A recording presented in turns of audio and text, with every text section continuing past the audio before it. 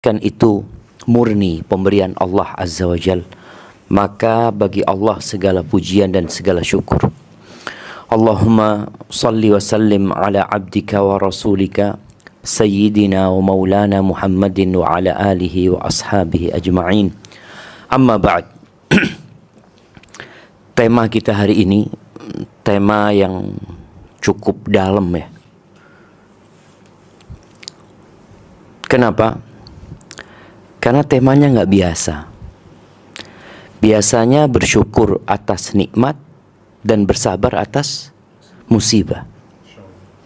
Tapi kita mau belajar tentang bersyukur atas nikmat dan musibah. Ini sesuatu yang berat bagi orang untuk mencapainya. Tapi paling tidak kita hari ini belajar bagaimana cara menuju ke sana. Dan bagaimana seorang bisa bersyukur atas musibah. Padahal bersyukur dan bersabar ini sesuatu yang berlawanan gitu. Nikmat dan musibah itu berlawanan. Kok bisa dua-duanya kita bersyukur? Kalau bicara nikmat Allah Azza wa Jal yang menyebabkan nanti kita dapat mensyukuri yang namanya musibah itu, nikmat Allah itu banyak. Hanya saja kita banyak memikirkan nikmat yang ada pada diri kita, personal ya. Padahal ada nikmat yang dirasakan oleh seluruh umat manusia dan kita termasuk di dalamnya. Contoh nih, kita sekarang berada di tempat ini nggak gempa, itu nikmat. Antum bisa bayangkan Allah mampu nggak membuat gempa saat ini? Mampu Allah, dan maha kuasa.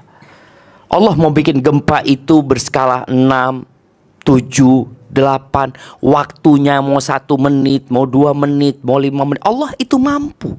Tapi Allah bikin gak gempa sekarang ini. Kita berada di nikmat.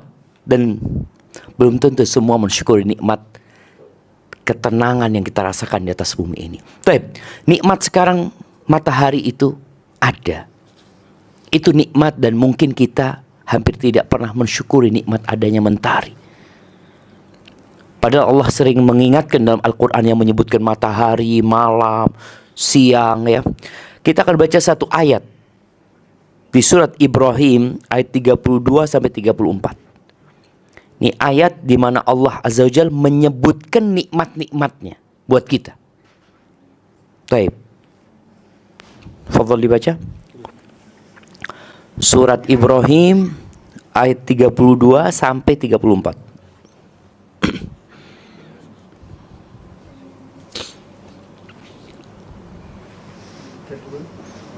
Nah, 32, 33, 34. Tafadhal. Yang paling bawah. Iya.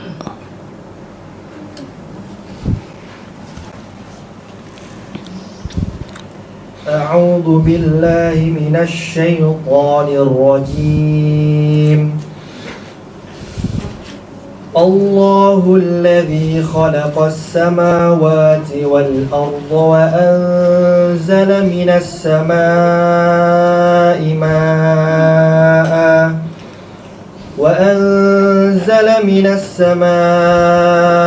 ماء فأخرج به من الثمرات رزقا لكم وسخر لكم الفلك لتجري في البحر بأمره وسخر لكم الأنهار وسخر لكم الشمس والقمر دائبين وسخر لكم الليل والنهار وآتاكم من كل ما سألتموه وإن تعدوا نعمة الله لا تحصوها إن الإنسان لظلوم كفار. Artinya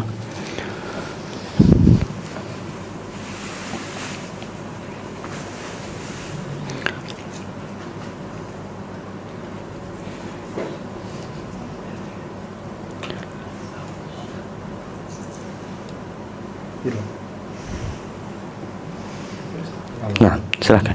32, 33, 34. Nah. Allah lah yang telah menciptakan langit dan bumi dan menurunkan air hujan dari langit. Kemudian dengan air hujan itu Dia mengeluarkan berbagai buah-buahan sebagai rezeki untukmu. Dan Dia telah menundukkan kapal bagimu agar berlayar di lautan dengan kehendaknya. Dan Dia telah menundukkan sungai-sungai bagimu.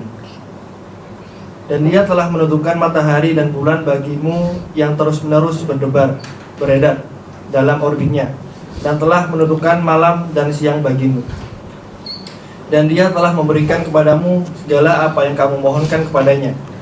Dan jika kamu menghitung nikmat Allah, niscaya kamu tidak akan mampu menghitungnya. Sungguh manusia itu sangat zalim dan sangat mengingkari nikmat Allah. Itu kita. Di akhir ayat ini setelah Allah menyebutkan nikmat-nikmatnya, Allah sebutkan tentang kita. Innal insan, sesungguhnya manusia itu la zalumun kafar. Kalau antum ngerti bahasa Arab, berat banget kalimat ini. Zalum itu bukan zalim, tapi zalim plus. Jadi sangat zalim. Kafar itu bukan sekedar kafir, tapi kafir plus. Benar-benar sangat zalim, sangat kafir, sangat mengingkari nikmat yang Allah berikan. Makanya seringkali Anda sebutkan orang itu lebih suka mengeluh daripada bersyukur. Dan kalau mengeluh berhari-hari dia aja. Sampai orang yang dengarkan keluhannya itu kadang-kala, iki wong kok tidak pernah oleh nikmat gitu loh. Kadang-kala kalau kita lihat statusnya orang ya, lebih banyak status apa? Susah. Taib. Rizki yang Allah berikan kepada kita itu bertingkat-tingkat. Ana mau tanya, rizki yang paling rendah itu apa? Uang. Iya, rizki yang paling rendah itu uang. Yang orang berlomba-lomba mengumpulkannya, sampai kadang-kala lupa dengan rizki yang lain. Setelah yang namanya harta, paling rendah itu harta ya. Terus di atasnya apa? Sehat. Betul. Lebih nikmat mana? Sehat sama aman. Ya, ibu-ibu silakan masuk. Ya.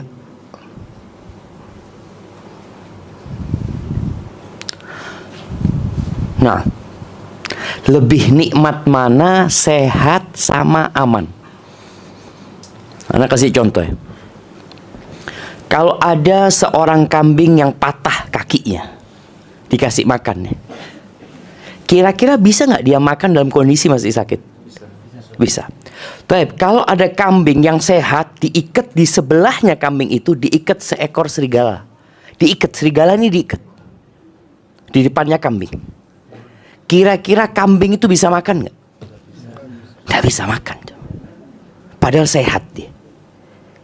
Ini para ulama mencontohkan ya tentang nikmat aman itu lebih besar daripada nikmat sehat sebenarnya. Tapi kita ini hampir nggak pernah mensyukuri nikmat aman ini. Kecuali kalau ada huru hara ya, ada perampok, ini itu, wah kita ya Allah selama ini kita aman ya ini dan itu. Makanya nikmat yang paling rendah itu adalah harta. Kemudian di atasnya lagi ya tadi kesehatan. Di atasnya lagi aman. Itu nikmat yang lebih tinggi rasa aman ini. Tapi kemudian kalau bicara keamanan ya, ada nikmat yang lebih tinggi dari itu. Para ulama menyebutkan nikmatul iman. Bukan aman, tapi nikmat iman. Di mana nanti berakhir dengan nikmat keridhaan Allah kepada kita. Itu puncak dari nikmat. Kenapa Anda sebutkan ini? Bentar lagi kita akan bahas tentang masalah musibah tadi. Yang ternyata musibah itu dipandang dari sisi lain nikmat sebenarnya musibah ini. Mengantarkan antum kepada nikmat yang paling besar. Bicara nikmat iman ini di surat Al-Hujurat ayat 7 dan 8. Surat Al-Hujurat ayat 7 dan 8. Coba kita baca.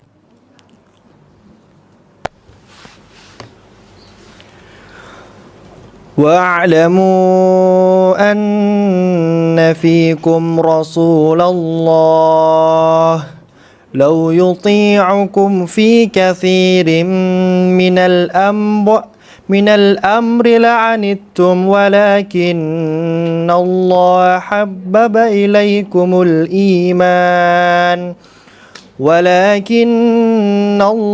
حبب إليكم الإيمان وزينه في قلوبكم وكره إليكم الكفر والفسوق والعصيان أولئك هم الراشدون فضلا من الله ونعمه Wallahu alimun hakim.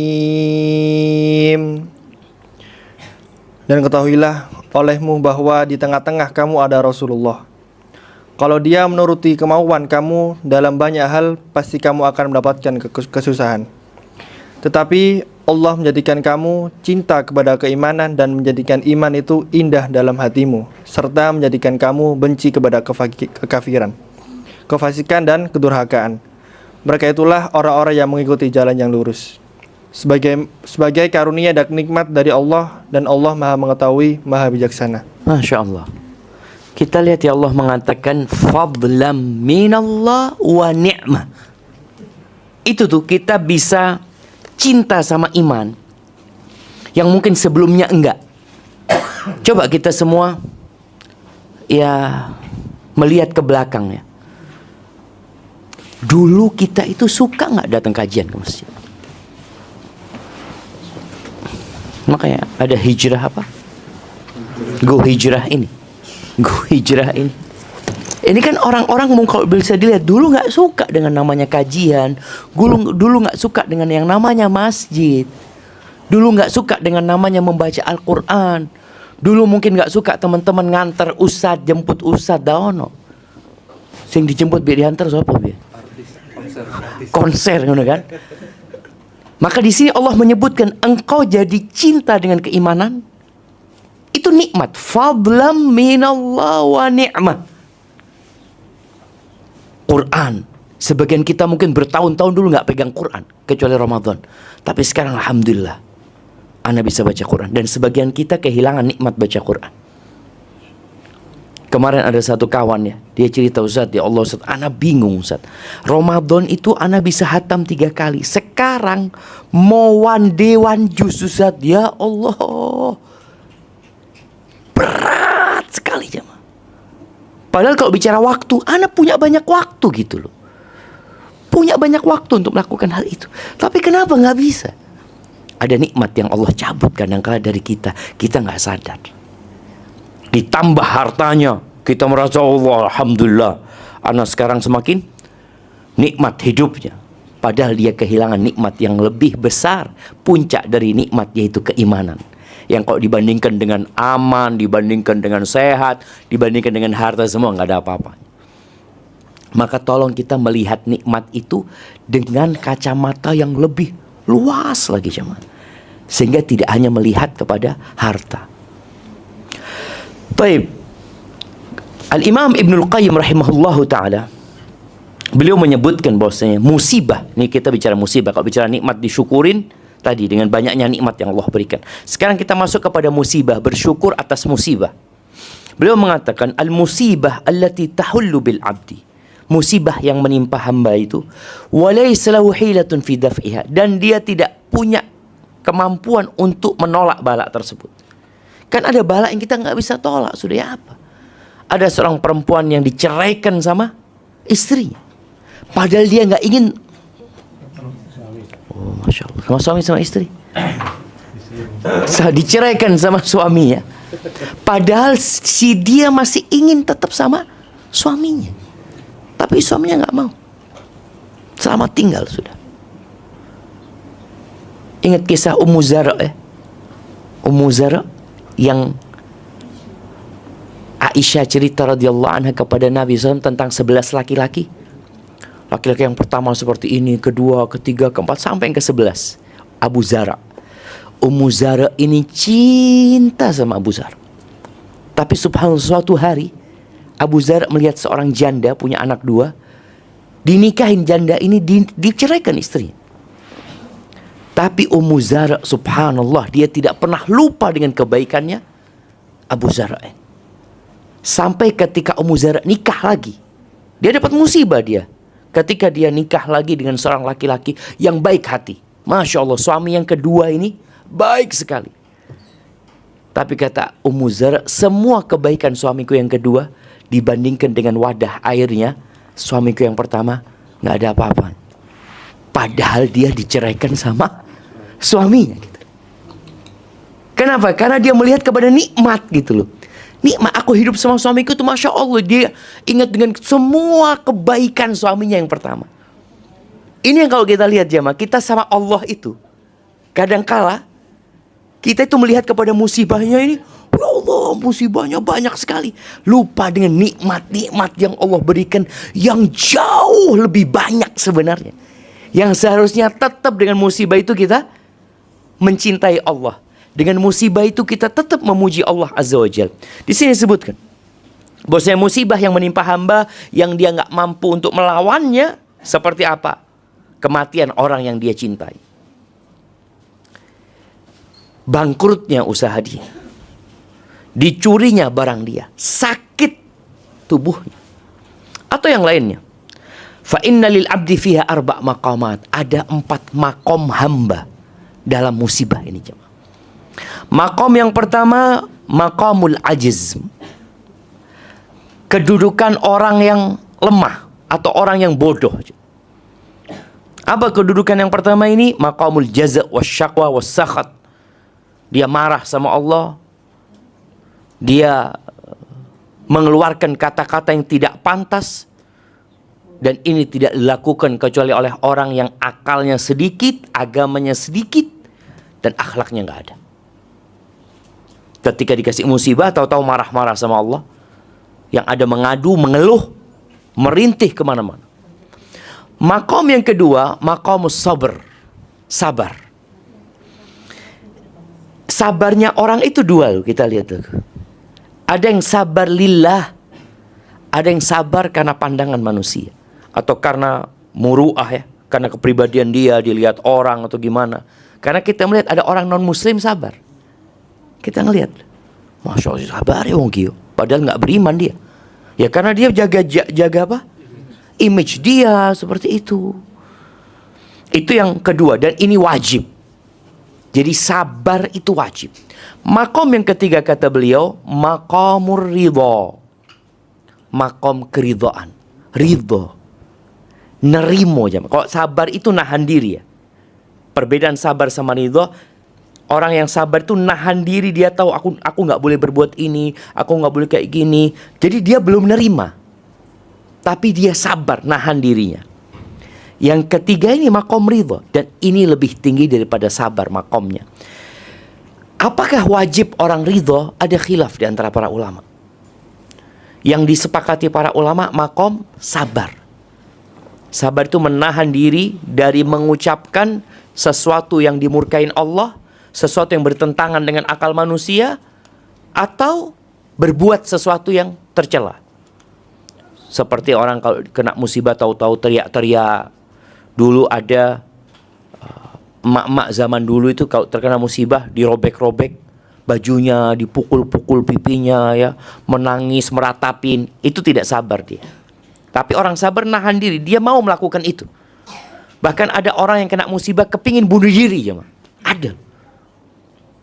Dia ingin, Masya Allah, anak punya bibi rahimahullah, dia cerita. Dia pernah kena satu musibah, capek dia. Dia cerita, Syafiq, Halewo waktu itu sudah berdiri di atas jembatan. Dia cerita, jembatan di bawahnya itu bukan sungai, tapi rel kereta api. Sudah lihat-lihat banyak orang lewat waktu itu, kata dia. Ibu mau ngapain ibu? Mau ngapain ibu? Kata dia. Kata dia, Allah ya. Terus Allah sabarkan, pulang dia ke rumahnya. Artinya menahan diri dari musibah yang menimpa itu berat. Itu sabar. Naik nanti ke ridha tadi. Kemudian maqam yang keempat itu maqamus syukur. Orang itu bersyukur atas musibah yang menimpa dia. Dia sudah memandang bala itu nikmah. Dia sudah melihat itu. Fayashkurul mubtali alaiha. Dia sabar, ridho, dan kemudian bersyukur jemaah atas bala yang Allah berikan kepada dia.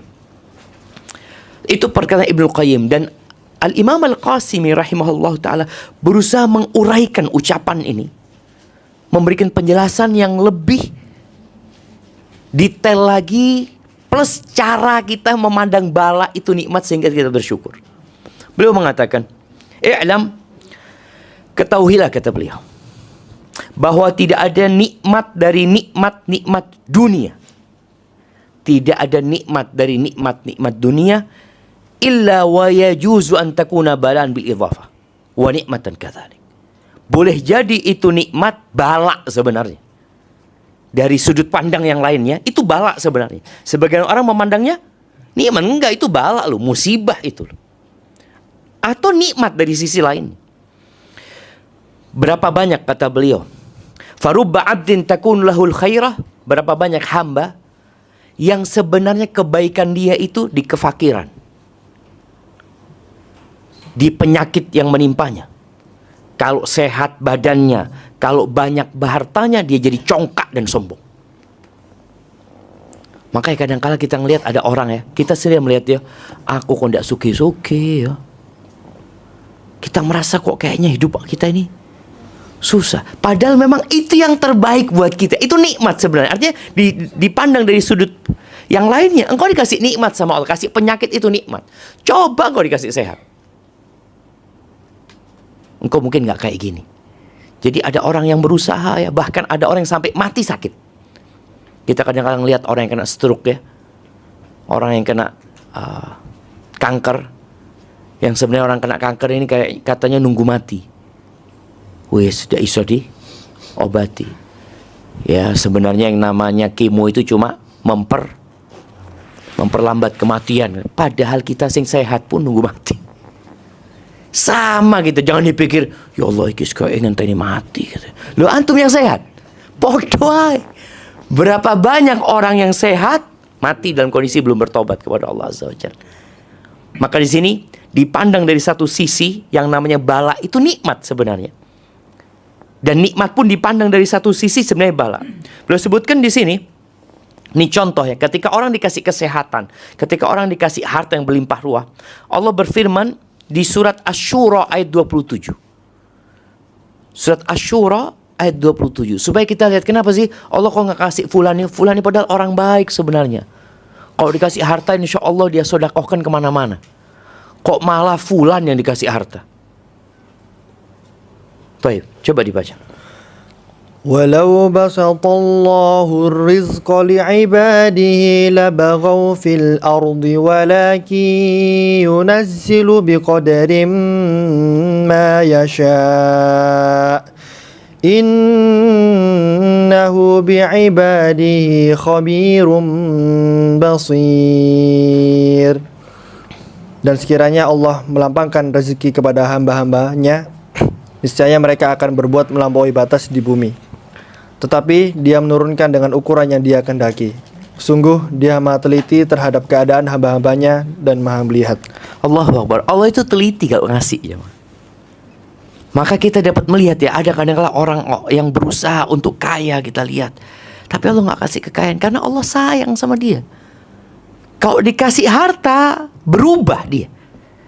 Jadi ada orang yang berubah jamaah ketika dikasih kaya, ada orang yang berubah ketika dikasih miskin. Ini orang ketika kaya baik ya, datang kajian, ya Allah ya, anda jadi ingat kejadian COVID ya. Ada salah satu ikhwan kita sukses dia di Jakarta, Jakarta apa Bekasi, sukses masya Allah, sukses, banyak membantu orang. Ketika COVID bangkrut. Dia punya istri 2. Itu yang cerita istri kedua dia. Dia manggil ustadz istri kedua. Suaminya itu sudah mau gantung diri di rumahnya. Sudah mau gantung diri dia. Maka ada orang-orang yang subhanallah memandang nikmat harta itu nikmat yang paling utama, padahal itu nikmat yang paling rendah sebenarnya. Engkau dikasih sehat itu nikmat lebih besar daripada nikmat harta itu. Tapi dia berpikir apa? Enggak. Karena dia nggak biasa hidup susah gitu. Dia berpikir aku hidupnya harus kaya. Enggak. Maka Allah sebutkan, Allah maha teliti loh. Kenapa fulan yang dikasih, kenapa fulan nggak dikasih. Dan di surat Al-Alaq ya, ayat 6 dan 7. Nih surat yang di juz amma yang sering dibaca. Surat Al-Alaq ayat 6 dan 7. Tafadhal.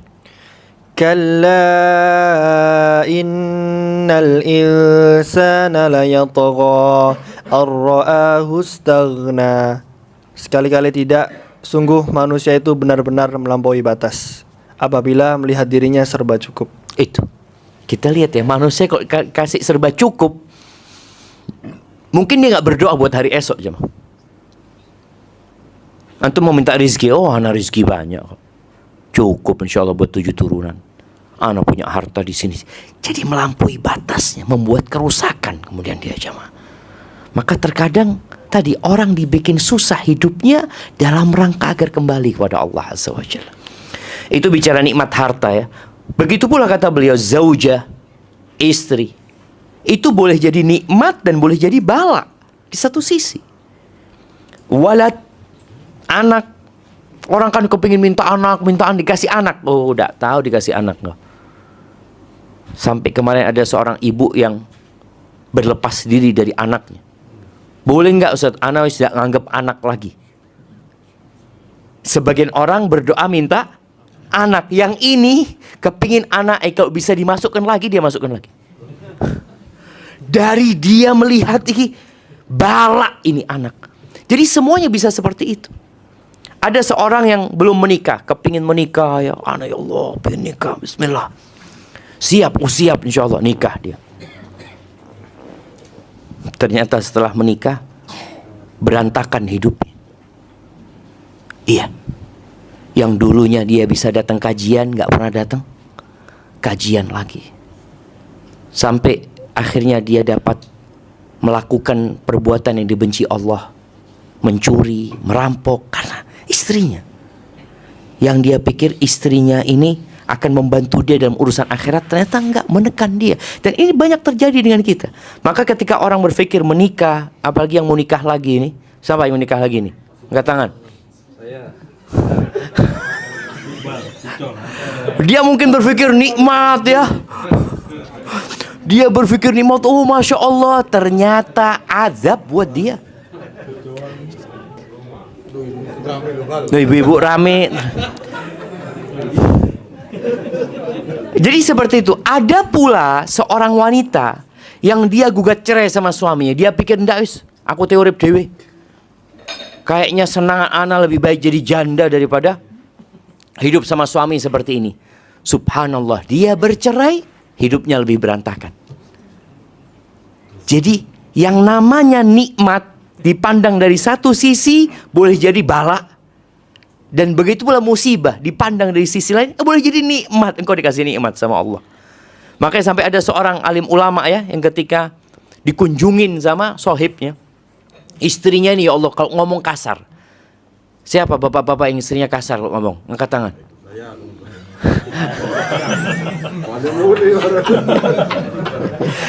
Iya, artinya ada istrinya ketus, ya cerewet, ini itu. Sampai sohibnya ngomong, antum kenapa kok mau bertahan sama istri kayak gini? Antum gak cari ganti aja? Apa kata dia? Ana takut kalau nikah yang main lainnya lebih parah dari yang ini, kata dia. Weh, sing ono iki dinikmati. Itu jadi nikmat akhirnya. Jadi nikmat. Ada yang seperti itu jemaah.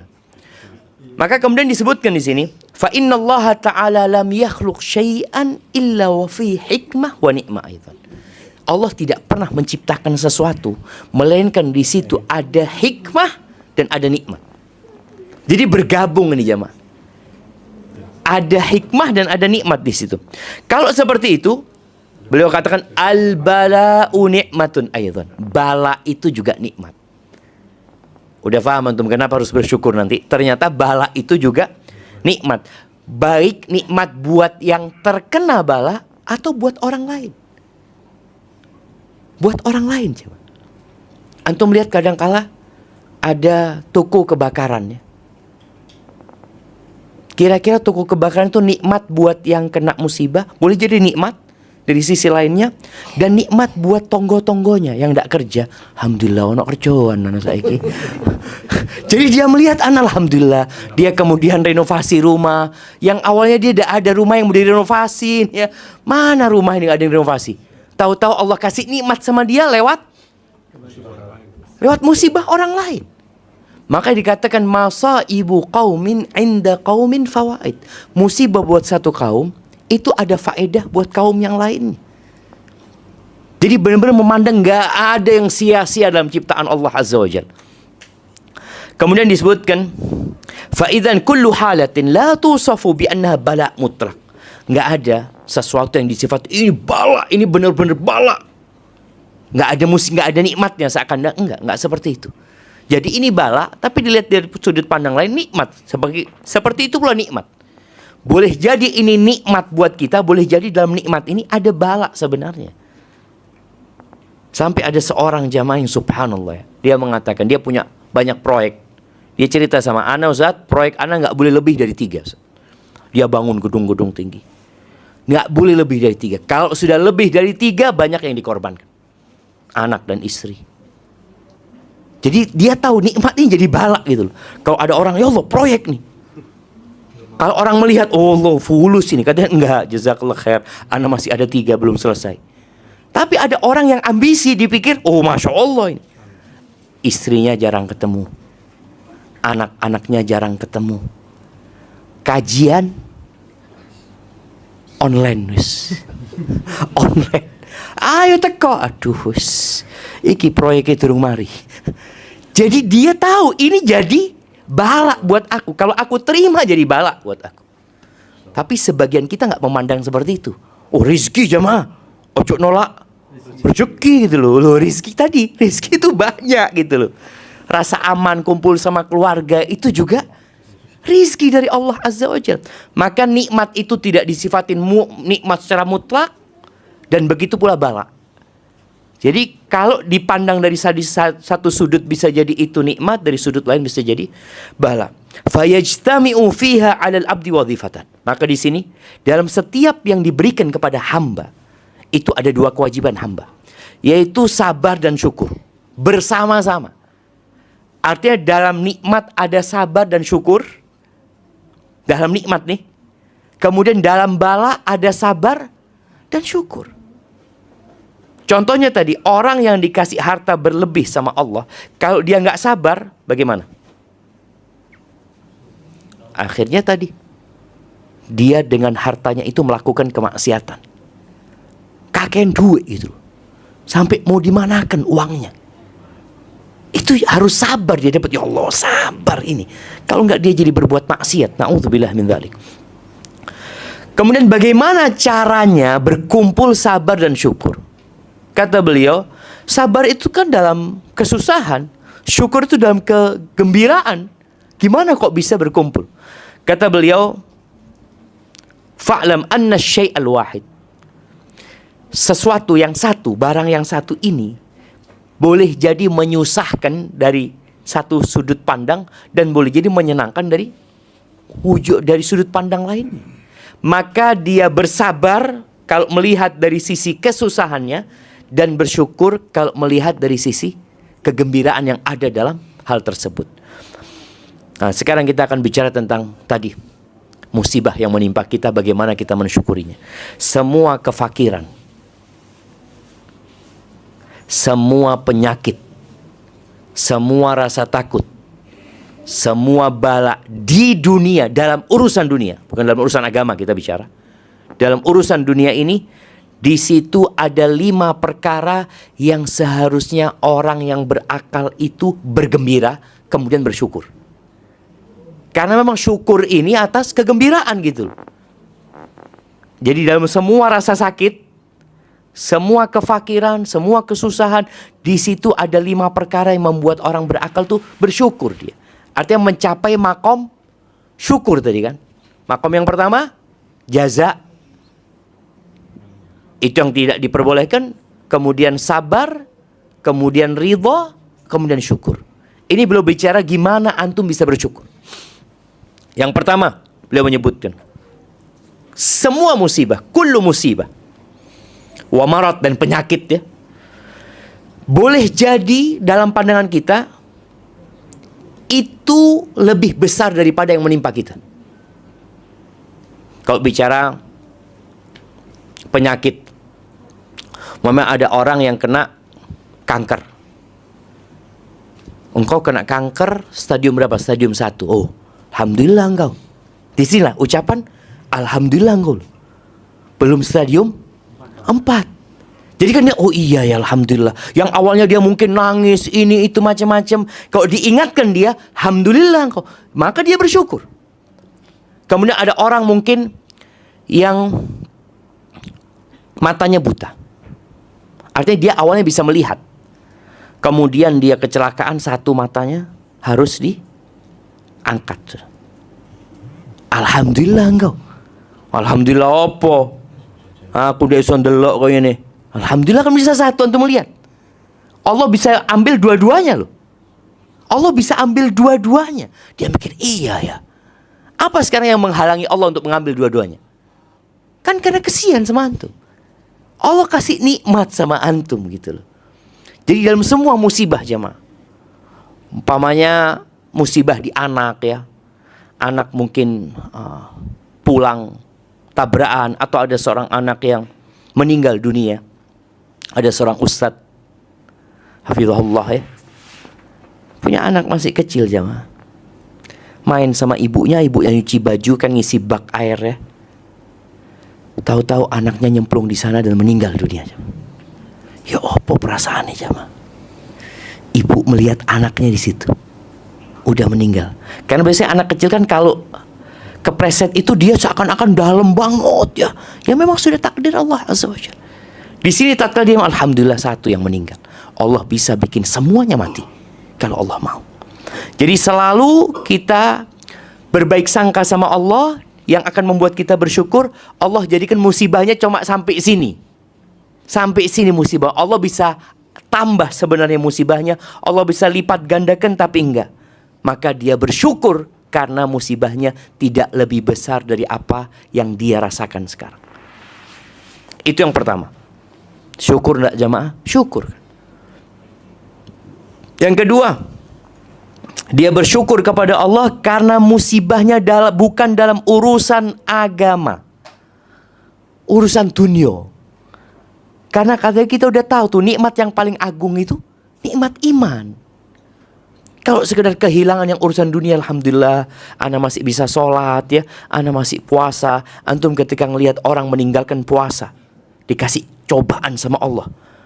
Ada orang dikasih balak sama Allah, akhirnya sampai berzina. Na'udzubillah min dzalik. Kemudian Allah menyelamatkan antum. Maka alhamdulillah musibahku tidak dalam urusan agamaku. Maka bersyukur lagi nih dia kepada Allah. Karena Allah tidak memberikan musibah dalam urusan agama. Sedangkan Nabi SAW sering berdoa mengatakan, وَلَا تَجْعَلْ مُصِيبَتَنَا فِي دِينِنَا. Ya Allah, jangan jadikan musibah kami menimpa agama kami gitu loh. Kita sering futur loh jemaah. Antum bisa ngelihat ya. Antum ketika futur, antum say Allah, biasanya ana zikir pagi petang, sekarang ndak zikir. Cuma baca, apa ya, sing kalau bisa baca dikit tapi semuanya sudah mewakili. Nggak ada. Ana baca ayat kursi aja sudah. Dia kehilangan. Jadi ada kehilangan nikmat dalam urusan agama tapi nggak merasa. Tapi kalau urusan dunia, merasa banget dia. Ada orang sampai masjid tahu-tahu wis bubar jamaah. Musibah itu jamaah. Masjid, ya Allah, wis bubar. Antum kehilangan pahala 27 rakaat, 27 rakaat, 27 derajat ya. Atau kadangkala antum ketiduran ya. Ana ini biasanya sholat malam ya. Kok tadi malam ana nggak sholat ya? Musibah buat dia. Walaupun kita bicara kan sunnah, Ustaz, nggak wajib. Iya, tapi tetap kau kehilangan nikmat loh, kehilangan pahala. Tapi orang kadang-kadang nggak merasa. Maka kita bersyukur karena musibahnya tidak menimpa agama kita. Yang ketiga, beliau mengatakan bahwasanya tidak ada hukuman yang Allah berikan di dunia ini melainkan Allah bisa menundanya di akhirat. Kan kita tahu kata Nabi SAW, ma yusibul mu'min, tidak ada musibah yang menimpa orang beriman, min nasabin wala wasabin wala saqamin hatta hamma yahammu hatta syaqu syaqwa. Tidaklah seorang beriman yang terkena penyakit, capek, lelah, rasa gundah, ya, galau hidupnya, kekhawatiran, kecemasan, sampai duri yang mengena dirinya, melainkan itu penghapusan buat dosa-dosanya. Itu penghapusan buat dosa-dosa dia. Ini musibah menghapuskan dosa. Allah bisa loh jamaah menunda musibah ini, menunda hukuman ini di akhirat. Maka kita bersyukur, alhamdulillah ya, Allah berikan di dunia. Kenapa? Disebutkan di sini, musibah dunia itu nggak lama. Dan musibah-musibah dunia ini boleh jadi dengan sebab-sebab lain kita jadi santai menghadapinya.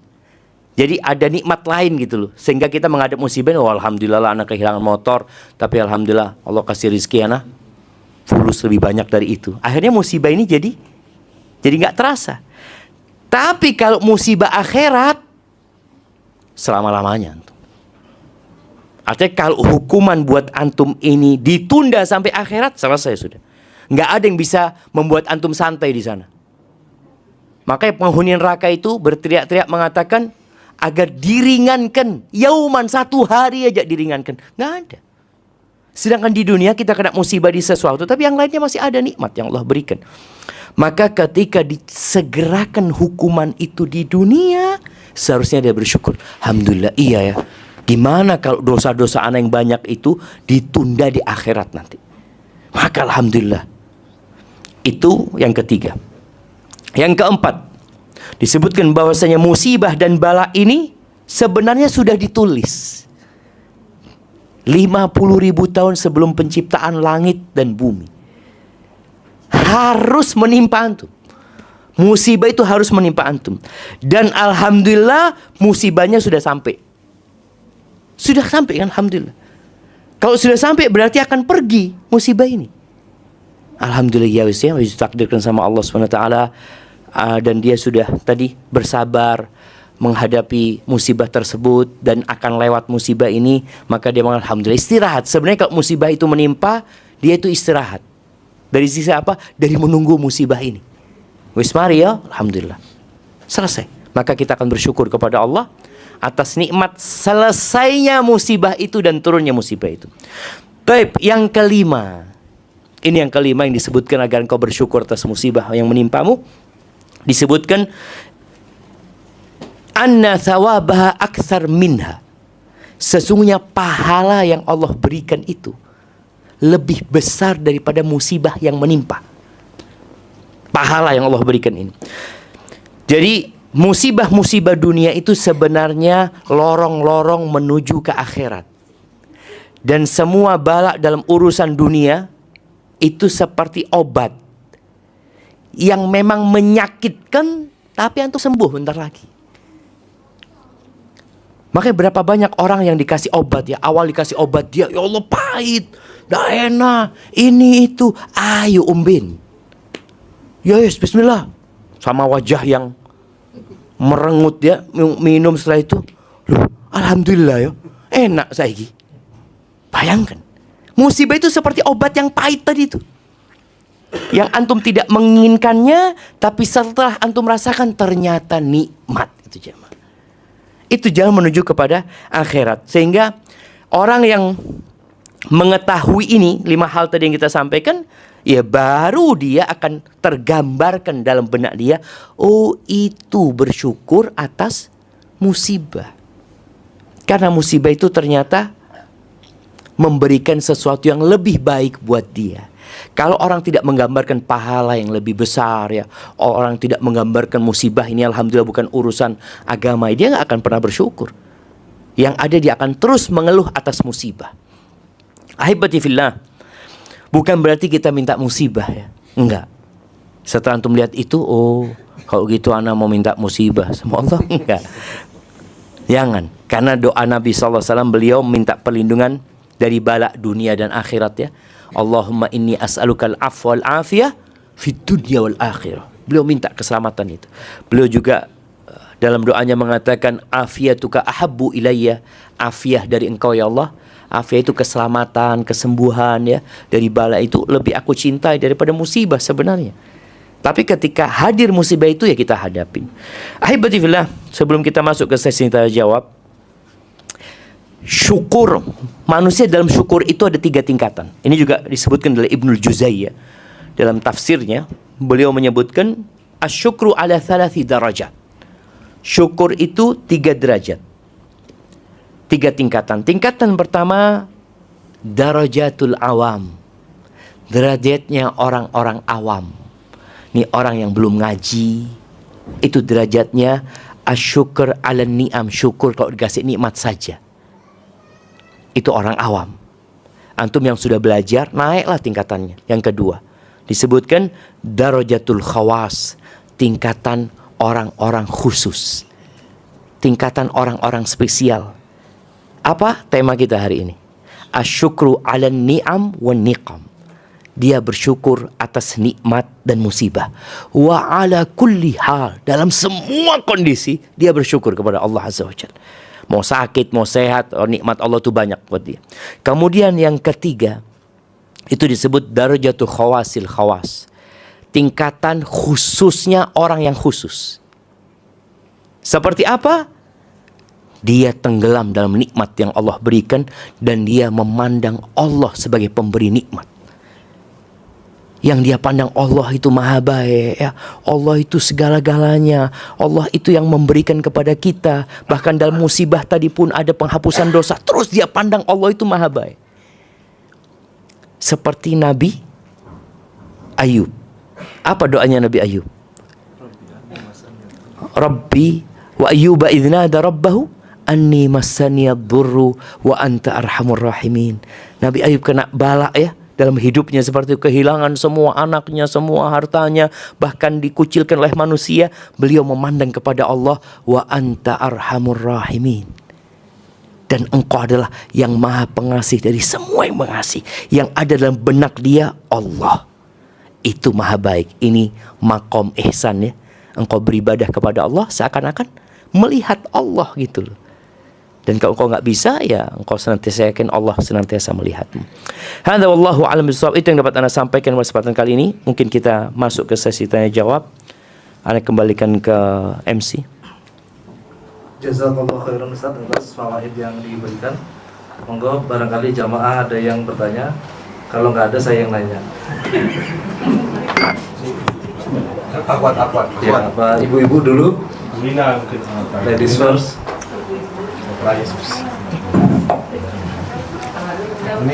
Ini Islam. Oh, Islam sini. Mau nanya apa ini? Bahaya ini. Nah, monggo ibu-ibu. Disiapkan pertanyaannya. Assalamualaikum warahmatullahi wabarakatuh. Waalaikumsalam warahmatullahi wabarakatuh. Naam, tafadhali. Semoga Ustaz dan keluarga selalu dijaga oleh Allah Subhanahu wa taala. Amin. Bismillah, Ustaz Afan, Anda ingin bertanya. Bagaimana seharusnya sikap kita menjadi seorang muslim yang berpegang teguh terhadap dakwah sunnah Nabi dan salafus saleh? Afan sebenarnya ini enggak relate sama kajiannya, cuman ini keresahan saya dan suami. Masya Allah. Suaminya yang mana ini? Nah, tafadhali. Karena keresahan yang Anda rasakan saat ini, Anda jadi takut untuk posting mengajak kebaikan yang mengusung dakwah ustadz-ustadz sunnah, karena sering dianggap sebagai kelompok-kelompok tertentu dan akhirnya memicu perdebatan.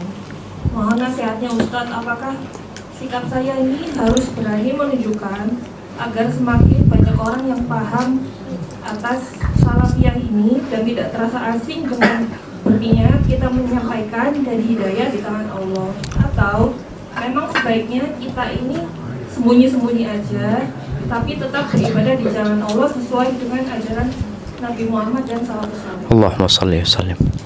Masya Allah, barakallahu fiik.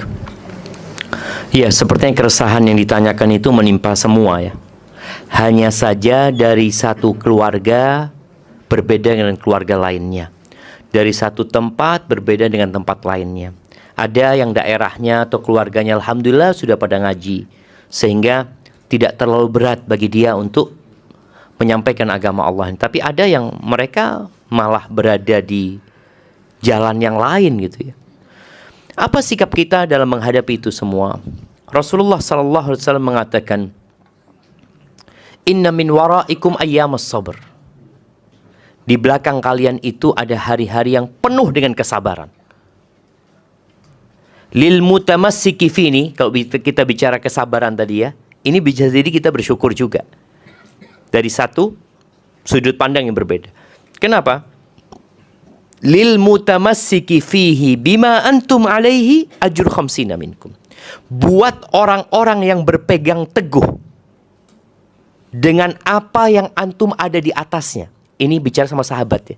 Artinya dia menjalankan Islam seperti yang kalian jalankan. Seperti yang sahabat jalankan. Dia akan mendapatkan pahala 50 orang dari kalian. Ini syukur apa sabar di sini? Sabar dan syukur tadi kan. Kita sabar menghadapi orang-orang, tapi bersyukur pahalanya itu pahala 50 orang dari para sahabat gitu loh. Para sahabat menjalankan Islam di masa Nabi SAW ya. Setelah mereka hijrah sampai kota Madinah, kan udah santai gitu loh. Bukan bicara sunnah lagi yang memang sesuai dengan yang diajarkan Nabi SAW. Itu para sahabat heran. Ketika Nabi menyebutkan SAW, mereka dapat pahala 50 dari kalian. Maka mereka mengatakan, awaminhum ya Rasulullah. Atau mungkin maksudnya 50 orang dari mereka. Bal minkum. Bukan dari mereka, dari kalian. Besar pahalanya. Tapi butuh kesabaran yang lebih ya, ekstra sabar. Tapi apa sikap kita sekarang ketika kita menghadapi tadi keluarga yang kalau kita nyampaikan nasihat ya, mungkin akan ditentang, akan terjadi perdebatan ya. Yang pertama yang perlu kita lakukan, ud'ullaha wa antum samitun. Ada kondisi-kondisi yang berdakwalah kepada Allah, mengajak kepada Allah dalam kondisi kalian diam. Diam. Lu gimana? Bil akhlak. Jadi yang pertama berdakwalah dengan akhlak. Orang akhlak yang paling disukai sama orang itu apa? Berbagi. Jadi antum bisa lihat ya, kalau ada seorang tetangga ini minum ya, tetangga ini sudah nggak bener lah. Tapi karena dia suka bantu orang lain, apa kata tetangganya? Masya Allah, baik fulan. Masih umbi, masih udah sembahyang. Kadang-kadang seperti itu. Itu masyarakat mengatakan, oh baik. Bahkan nih ada orang yang pulang dari kerja itu mabuk jamaah. Apa kata tetangganya? Enggak, kayaknya dia kecapean kerja, pusing mungkin dia. Ini karena dia suka berbagi dengan bantu tetangga-tetangganya jamaah. Jadi ini yang kita perlu lakukan sekarang. Tatkala orang itu nggak suka sama kita, umpamanya, kita tunjukkan akhlak yang mulia. Maka akhlak yang paling mulia, bukan paling mulia ya. Akhlak yang mulia itu diantaranya adalah tadi berbagi dengan orang-orang. Maka sering-sering berbagi dengan keluarganya. Berbagi dengan keluarga itu sekarang ini sangat mudah jamaah. Tapi ternyata kita jarang lakukan. Dulu ya sering kita dengar namanya ater-ateran ya. Bikin apa diantar ini diantar. Sekarang kan sudah mulai jarang itu. Berkurang dengan tetangga kita nggak pernah. Mas Adi terakhir nganteri tetangga apa? Kok ada yang tahu? Terakhir nganter sesuatu ke tetangga apa? Ada ayam goreng. Oh ayam goreng. Iya. Terus alhamdulillah tetangganya depan saya. Loh.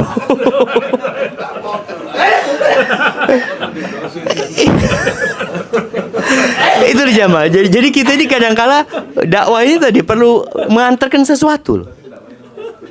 Kalau sekarang ini alhamdulillah dengan adanya online ya, Masya Allah, antum tinggal pesankan, kirimkan ke tetangga, kirimkan ke sana, kirimkan ke sana. Anggap sebulan sekali. Sebulan sekali. Jadi tetangga itu Kalau lihat tanggal 25, oh maring ini ono sing nganteri kok. Jadi dia itu sudah berharap jamaah. Maka usahakan, ini dakwah ini jamaah. Kadang-kadang kita nggak lakukan itu, yang menyebabkan dakwah salaf ini dipandang kaku, eksklusif ya. Kalau berbagi cuma ambek koncone ya. Sampai jangan berbagi, salam aja di masjid. Kalau habis sholat di masjid, orang lain yang nggak kenal lagi salaman nih. Oh iki podo jenggoten. Assalamualaikum. Astagfirullahaladzim. Mereka saudara-saudara kita semuanya gitu. Maka usahakan kita yang pertama berdakwah dengan akhlak yang pertama. Yang kedua, tatkala kita tahu mereka nggak suka dengan apa yang kita sampaikan, atau apa yang kita share di grup, biasanya jamaah kita ini memang men-share sesuatu yang sedang rame. Jangan mulai dakwah dengan sesuatu yang tidak ada perselisihan. Kita umpamanya share berkaitan dengan ya cinta kepada Nabi SAW ya. Kemudian share apa lagi? Share tentang akhlak yang mulia, tentang hal-hal yang sebenarnya tidak ada konflik sama sekali dan mereka menerima. Bikin mereka ini suka dengan ustadz-ustadz yang dikirimkan. Oh enak ya, ustadz ini menyampaikan. Dia tidak tahu. Yang penting enak. Mungkin kalau bicara masalah akhlak ya, masalah keluarga, kan kadang mereka setuju semuanya. Nanti lama-kelamaan dia akan masuk ke linknya ustadz itu. Dia akan follow. Nah disitulah insya Allah dia dapat nasihat. Jadi kadangkala banyak orang menentang karena dia benci.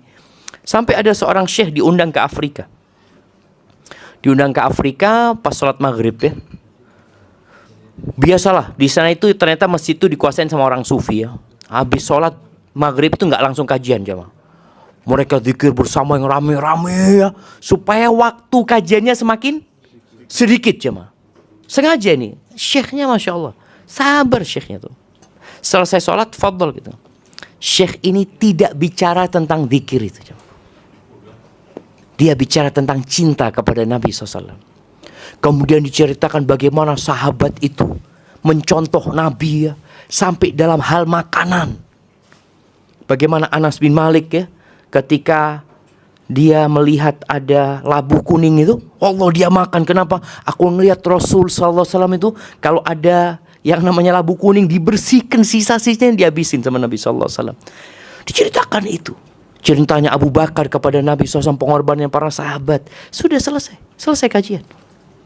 Ada yang tanya mereka, Syekh mau tanya kita nih, tadi yang kita lakukan habis sholat itu, rame-rame itu, goyang-goyang itu Nabi ngamalkan nggak kalau habis sholat maghrib? Ada kan mereka kepingin tahu Nabi itu ngamal enggak? Enggak. Loh, enggak ya, udah usah diamal loh jemaah. Akhirnya dia sadar sendiri gitu loh. Ketika ditumbuhkan kecintaan kepada Nabi SAW. Sehingga mereka tidak lagi berbicara ini ada yang membolehkan. Kan ada ustadz yang membolehkan. Kan katanya sebagian ustadz enggak bid'ah. Kan katanya ada yang mengatakan bid'ah hasanah. Dia lepas dari semua itu, yang ada Nabi ngamal enggak SAW. Sampai seperti itu. Jadi Syekh cuma menceritakan ya yang ana tahu, Nabi tidak seperti itu. Akhirnya mereka sadar sendiri. Kita ini kadang-kala kan kepingin ngasih tahu orang langsung jemaah. Wis, gelem ndak gelem bukan urusan. Yang penting sudah saya sampaikan. Enggak, tadi ada tahapan-tahapan ya. Dalam berdakwah itu perlu hikmah ya. Perlu hikmah dalam berdakwah sehingga kita tahu ada hal-hal yang memang kalau masalahnya ada khilaf ya, ini juga kita harus belajar. Ketika ada permasalahan yang mungkin ada ruang untuk beda pendapat, ya kita jangan paksakan pendapat kita. Kita cuma menyampaikan seperti ini dan sampaikan wallahu alam, itu yang ana ketahui. Mungkin ilmu ana belum nyampe ya, dan selalu ketika share sesuatu katakan ana minta maaf ya, ana share sesuatu mudah-mudahan bermanfaat ini. Jadi bukan seperti menggurui gitu. Dan selalu tampakkan kepada mereka ana sedang belajar. Anak ini sedang belajar gitu.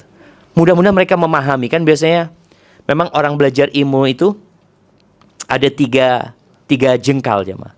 Man ta'allamal ilmu shibron, orang yang dapat satu jengkal ilmu, jemaah sombong jemaah, kayak tahu semuanya dia jemaah. Orang kalau sudah dapat jengkal kedua, itu mulai dia tawadhu. Orang kalau sudah masuk ke jengkal yang ketiga, dia merasa nggak tahu apa-apa. Jadi semakin dia merasa nggak ngerti apa-apa. Ternyata ilmu itu luas sekali. Hada wallahu a'lam bishawab.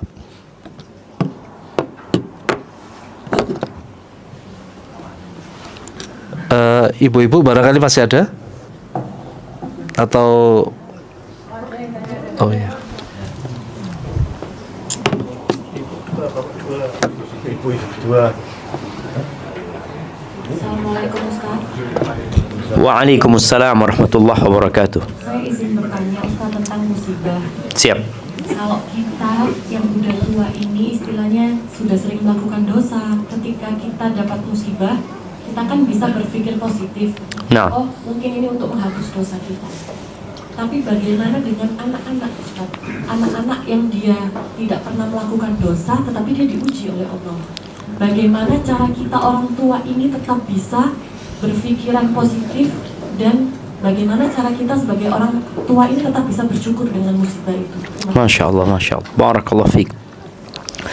Masya Allah jamaah. Iya, tadi kita sebutkan 5 hal ya yang menyebabkan kita dapat bersyukur. Kalau tadi musibah menimpa anak kita, yang pertama kan tadi kita bicarakan, alhamdulillah loh, musibahnya nggak lebih besar dari yang menimpa. Anak kita jatuh ke selio, alhamdulillah tidak putung.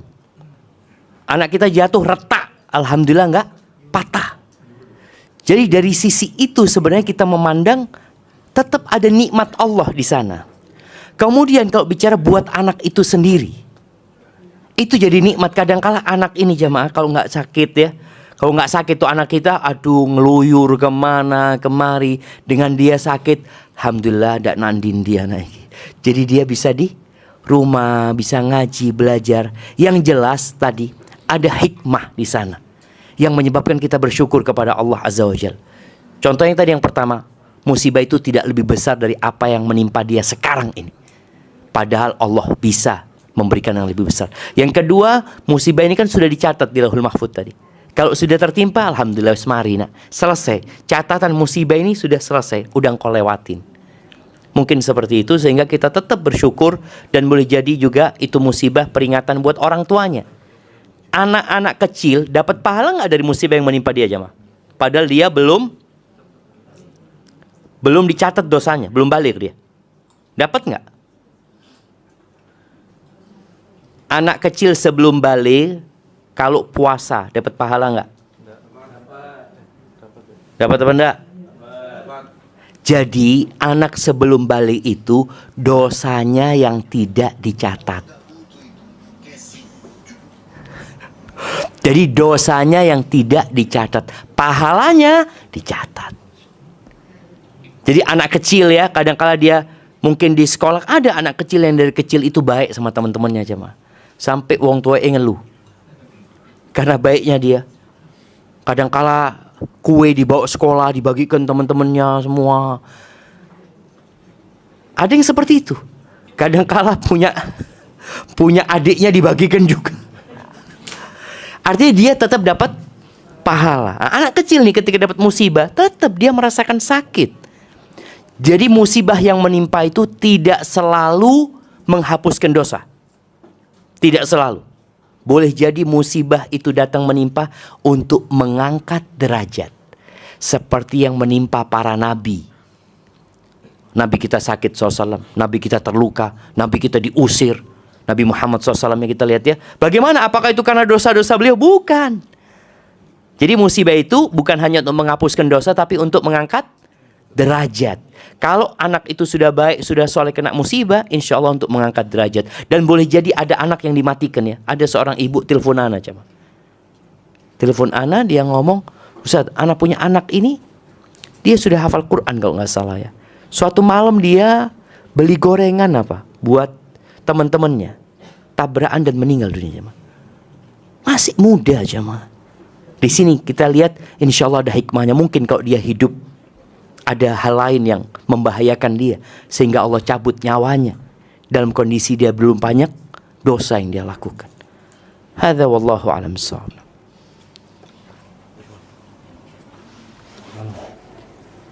Cukup ya untuk ibu-ibu. Sekarang bapak-bapak Monggo silakan. Adi, biasanya ada pertanyaan Adi. Ya, mic-nya dipindah dulu. Di. Mike, Bu. Doni juga ada pertanyaan, Doni. Mic-nya, Bu. Assalamualaikum warahmatullahi wabarakatuh. Kita ini kan sebagai lelaki. Antum laki-laki. Masalah pertanggungjawaban kita sebagai suami, Masya Allah. istri dan anak-anak.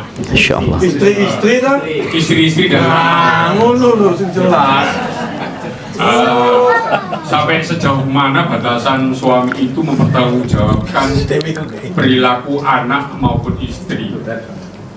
Karena kita ini sebagai laki-laki tidak bisa mengawasi 100%. Curhat lagi. Oke. Oh, ya. Enggak apa-apa. Enggak apa-apa, Bapak. Curhat juga enggak apa-apa, enggak dosa, Bapak.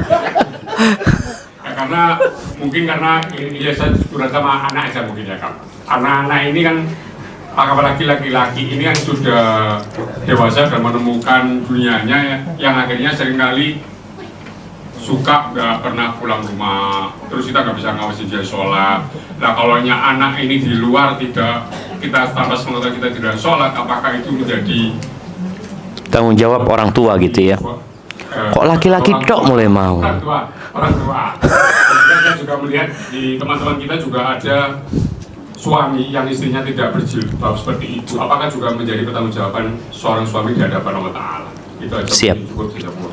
Masya Allah, barakallahu fiik. Waalaikumsalam warahmatullahi wabarakatuh. Oh jangan satu-satu saja Bapak. Tenang, dijawab dulu ini. Bingung soalnya curhatan nih deh. Bingung. Iya. Rasulullah sallallahu alaihi wasallam mengatakan kullukum ra'in wa kullukum mas'ulun an ra'iyatih. Setiap kalian itu pemimpin dan akan dimintain pertanggungjawaban atas apa yang dia pimpin. Benar nggak dia sebagai pemimpin? Pemimpin ini berat loh. Kalau kita lihat tugas pemimpin itu memberikan arahan ya kepada anak buahnya, kemudian mengawasi, kemudian memperbaiki kesalahan mereka, itu tugas pemimpin. Warrajulu, ini bicara laki-laki tadi. Warrajulu, seorang laki-laki ra'in fi baitihi, pemimpin di rumahnya. Dan dia akan dimintain pertanggungjawaban atas apa yang dia pimpin. Maka sekarang kalau seorang laki-laki itu pemimpin, siapa yang dia pimpin? Boleh jadi dia belum punya anak, maka yang dia pimpin istrinya sekarang, yang dibawa tanggung jawab dia. Apa yang harus dia lakukan? Laksanakan tugasnya sebagai pemimpin. Ngajarin. Antum lihat kadang-kala pemimpin itu rapat ya sama anak buahnya, rapat lagi, evaluasi. Ada banyak yang dia lakukan. Ini sudah dilakukan apa belum dia? Karena sebagian laki-laki yang menjadi suami itu hanya berpikir tugas dia ngasih makan istri. Tugas dia memberikan nafkah kepada istrinya. Tugas dia memenuhi semua kebutuhan rumahnya. Tugas dia membelikan apa yang diinginkan istrinya. Bukan itu saja. Maka tugas dia mendidik istrinya. Dia lakukan tidak? Umpamanya dia punya istri tadi dianggap nggak jilbaban. Atau yang lebih parah, istrinya nggak sholat. Apa yang sudah dia lakukan? Ana sudah kasih nasihat, Ustaz. Seperti apa kasih nasihat? Ini pemimpin ngasih nasihat anak buahnya itu ada tahapan-tahapannya. SP 1. Tetap SP 2. Tetap selamat tinggal. Iya, SP 3. SP 3 diberhentikan. Diberhentikan. Suami lakukan itu enggak? Allah Azza wa Jalla mengatakan wallati takhafuna nusyuzahunna, dan wanita-wanita yang kalian takut nusyuz mereka, nggak nurutnya mereka, membangkangnya mereka, durhakanya mereka, apa yang kalian lakukan? Fa'idhuhunna. Ini SP1. Kasih nasihat dia, dipanggil, cari tempat yang indah, duduk sama dia, kasih nasihat dari hati ke hati, sampaikan kecintaanmu kepada dia, sampaikan tentang kehidupan dunia. Ini nasihat lah, itu istrimu gitu loh. Ternyata tidak diidahkan, tidak dikerjakan. SP2, apa SP2-nya? Pisah ranjang. Allah mengatakan wahjuruhunna fil madaji. Pisah ranjang sama mereka. Ini dilakukan tidak dengan suami. Kalau bicara tanggung jawab, ya tanggung jawabnya suami. Wah, ana sudah kasih nasihat loh. Kau sudah kasih nasihat, tapi tahapan ini kau kerjakan apa enggak? Ketika tidak, ya nanti akan dihisap dia sama Allah Azza wa Jalla. Anda sudah kasih nasihat, dia kau cuma ngomong tok. Kau seharusnya kasih SP2 tadi yang berkaitan dengan wahjuruhunna fil madaji. Yang ketiga, SP3 ini Allah katakan wadribuhunna, pukul mereka. Kalau sekarang kan mungkin nggak seperti dahulu ya. Mukul istri itu bukan berantem sama istri. Boleh jadi disentil tangannya. Kok nggak dengar aku gitu loh. Aku itu ingin hidup bersamamu. Padahal ini sudah pisah ranjang ya. Karena ada yang sudah pisah ranjang itu kalau suaminya baik ya. Kalau suaminya nggak baik kata dia, alhamdulillah anak ngeluh ngurusin bucu ini. Jadi pisah ranjang dia bersyukur gitu loh. Tapi kalau istri yang suaminya baik, dia bingung ketika suaminya nggak mau mendekati dia. Ini kayaknya suamiku terakhir nanti nyeraikan aku ini. Itu ada dalam benak dia. Itu dilakukan tidak. Jadi proses pendidikan itu harus dijalanin. Yang terakhir ya sudah tadi, berpisah nantinya gitu. Ketika tidak mampu. Tapi kalau sang suami, enggak Ustaz, Ana masih berharap Ustaz. Masih silahkan. Artinya enggak ada namanya berhenti rapat, tidak ada berhenti evaluasi, terus dia lakukan seperti itu. Tapi cuma tadi tahapan yang kedua itu banyak laki-laki tidak melakukannya. Dan boleh jadi tadi karena laki-laki itu butuh sama istrinya. Iya Ustaz, Ana cuma satu istrinya Ustaz. Rasulullah SAW 9 istrinya semua ditinggal sama Nabi SAW. Itu dalam proses SP2 kalau Ana bahasa Ana mungkin ya. Itu ditinggal semuanya. 9, 1 bulan nggak digaulin semuanya. Setelah itu baru didatengin. Engkau mau lanjut sama aku apa tidak? Kalau enggak, fadhol, selamat tinggal. Sudah mau dikasih pesangon sama Nabi SAW, selamat tinggal. Kenapa? Karena kita hidup ini menuju kepada Allah Azza wa Jalla. Dan di sana ada surga dan neraka gitu loh. Kalau kita nggak mampu mendidik istri kita, terus apa? Dan di sinilah nanti akan berdampak kepada anak-anak sebenarnya. Ketika antum salah pilih ibu, anak-anak yang akan jadi korban. Antum nggak selalu bisa bersama anak. Sedangkan anak itu butuh sentuhan ibunya di awal-awal pendidikan ya. Artinya kalau anak-anak itu diajarin ibunya dengan benar. Tadi bicara sholat ya. Ibunya sholat. Selalu ngajarin anaknya sholat. Insya Allah selesai tugas antum. Karena antum sudah tepat memiliki ibunya. Sampai ada Abul Aswad Ad-Du'ali ya. Ketika dia ngomong kepada anak-anaknya. Ahsantu ilaikum, aku telah berbuat baik kepada kalian. Sigharan wa kibaran. Ketika kalian masih kecil.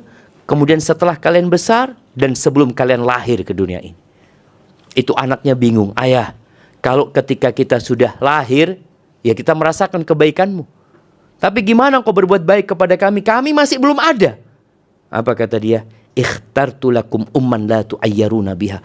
Aku pilihkan buat kalian seorang ibu yang kalian tidak akan dicela karena. Di sini.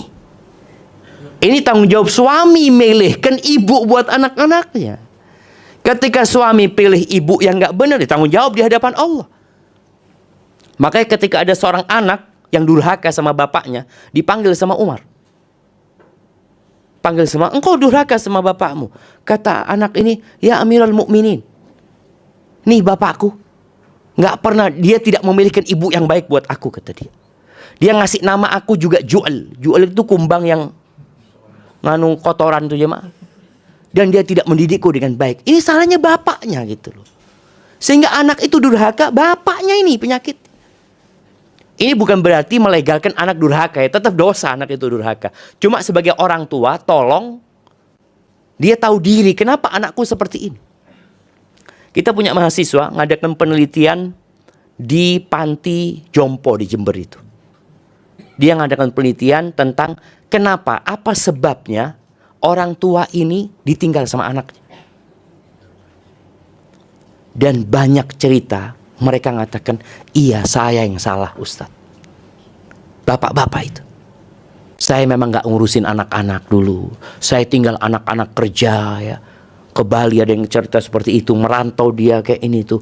Kemudian ada yang mengatakan, iya saya dulu pisah sama ibunya. Saya nikah lagi. Kemudian gak ngurusin anak-anak ini tuh. Sekarang anak-anak saya wajar lah kata bapaknya itu kalau memperlakukan saya seperti itu. Sampai sadar tuh bapak. Karena ini kesalahan dimulai dari dia tidak menjalankan tugasnya dengan baik dan benar. Maka kalau tadi sang bapak sudah mendidik ya, sudah memilihkan ibu yang baik buat anaknya, sudah mendidik anaknya untuk beribadah, sholat. Kita ini kan mendidik bukan memberikan keamanan sama anak kita, tapi memberikan imun kepada dia, supaya ketika di luar dia tergoda ini dan itu, dia sudah punya penangkalnya gitu loh. Selesai. Yang jelas kita akan ditanya sama Allah Azza wa Jalla. Sampai mana tugas kita tadi? Tugas kita terus ya, sampai anaknya itu umur 60 tahun tetap anak sebenarnya. Kalau kita melihat anak kita melakukan kemungkaran, ya kita tetap memberikan nasihat. Tapi kita nggak bisa keras lagi kayak anak kecil dulu, nggak bisa. Hadza wallahu a'lam bissawab.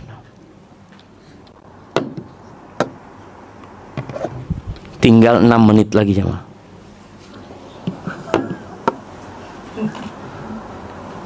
Di, ayo takon, biasa seneng takon. Oh iya. Oh itu, yo, fadhal. Itu mic. Mic-nya. Loh, Mike. Bagus. Assalamualaikum Ustaz. waalaikumsalam. Nama saya Rosid, kebetulan tetangganya Ustaz di Jember. Oh, masya Allah, ketemu di sini ya. Ketemu di sini Ustaz. Anda belum pernah kirim hadiah kayaknya ke mantum itu. Ustaz mau tanya, saya saudara 6 laki semua. Terus saudara yang nomor 2, mohon maaf Ustaz ya, ceritakan nggak apa-apa Ustaz ya. Fadhal. Yang nomor 2 ini selalu ngajak ribut ke 5 saudaranya Ustaz. Terus tiap hari raya kita selalu ke rumah kakak untuk silaturahmi. Tapi nanti belum 1 tahun sudah ribut lagi. Nanti seterusnya seperti itu. Nanti belum 1 tahun sudah ribut lagi. Kalau menurut Ustaz, apakah saya harus ketemu terus? Apa harus saya jauhi Ustaz? Masya Allah. Ini kakak kandung ini Ustaz. Iya, siap. Tapi Barakallah. kakak kandung ini bukan cuma dia sendiri yang berdiri seperti itu, sama istri dan anak-anaknya. Kompak. Ya, satu keluarga berarti, satu keluarga. Nah, Masya Allah. Terima kasih Ustaz. Assalamualaikum warahmatullahi wabarakatuh. Waalaikumsalam warahmatullahi wabarakatuh. Jemaah, kita sering dengar tentang fadilah silaturahmi ya, atau silaturahim. Fadilahnya diluaskan rizkinya, ya, dipanjangkan umurnya. Insya Allah doanya dimudahkan untuk dikabulkan. Dan banyaklah kebaikan-kebaikan buat orang yang menyambung rahimnya. Taib, yang disebut orang penyambung rahim itu, kata Nabi SAW, laisal wasil bil mukafi. Orang yang disebut penyambung silaturahim itu bukan yang berbalas-balasan. Dia datang, kita datang. Kita berkunjung, dia berkunjung. Bukan. Kata Nabi SAW, walakinnal wasil. Orang yang disebut penyambung silaturahim itu, alladzi idza quti'at rahimuhu wasalaha. Kalau rahimnya diputus, dia sambung. Dia yang nyambung. Jadi kita itu jangan bicara kakak kita. Udah, kakak kita memang seperti itu, memang sifatnya dia, sikapnya dia. Tadi dikatakan satu keluarga itu, itulah. Mungkin Anda nggak bisa memperbaiki mereka, tapi Anda bisa bersikap. Ana, apa yang harus Anda lakukan? Maka ketika diputuskan, sambung. Diputuskan lagi Ustaz, sambung lagi. Sampai ada seorang sahabat ya, yang datang kepada Nabi SAW, ya Rasulullah, innali rahiman.